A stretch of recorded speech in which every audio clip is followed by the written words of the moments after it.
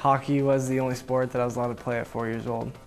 Every other sport you had to play at 5. You had to be 5 years old to be able to play. So hockey I started out with and then just stuck with it.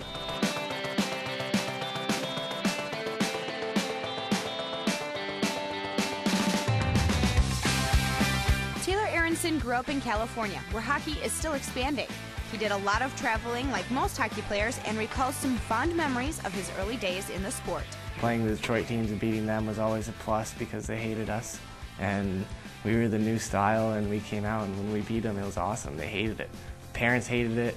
That was the best part. Like, the parents would lose it and they'd be so mad. Like, having California kids come out and beat our Detroit boys. That was just the best part, I think. Beginning his hockey career early on and sticking with it over the years has meant that Taylor has played for the LA Junior Kings, the Portland Winterhawks, was then drafted by Nashville in 2011, and has since played for the Cincinnati Cyclones and the Admirals. You always think it could come, but you never know if it actually will. There's so many people that are playing, there's so many talented players out there, anything can happen really. And you gotta be at the right place at the right time in a lot of positions.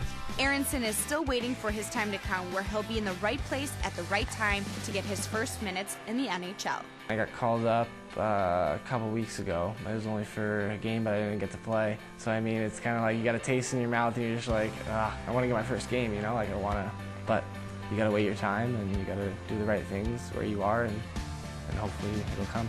And doing the right things is what, in Taylor's opinion, makes someone a true pro.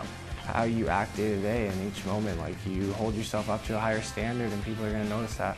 I mean, if you do the right things consistently, people are going to notice it and maybe follow along or see what that's what they want to become and whatnot. I think that's what I did. You know, I saw you read off people and you see how people act in situations, and you take a grain of salt from each person and you see how you want to be seen in the public.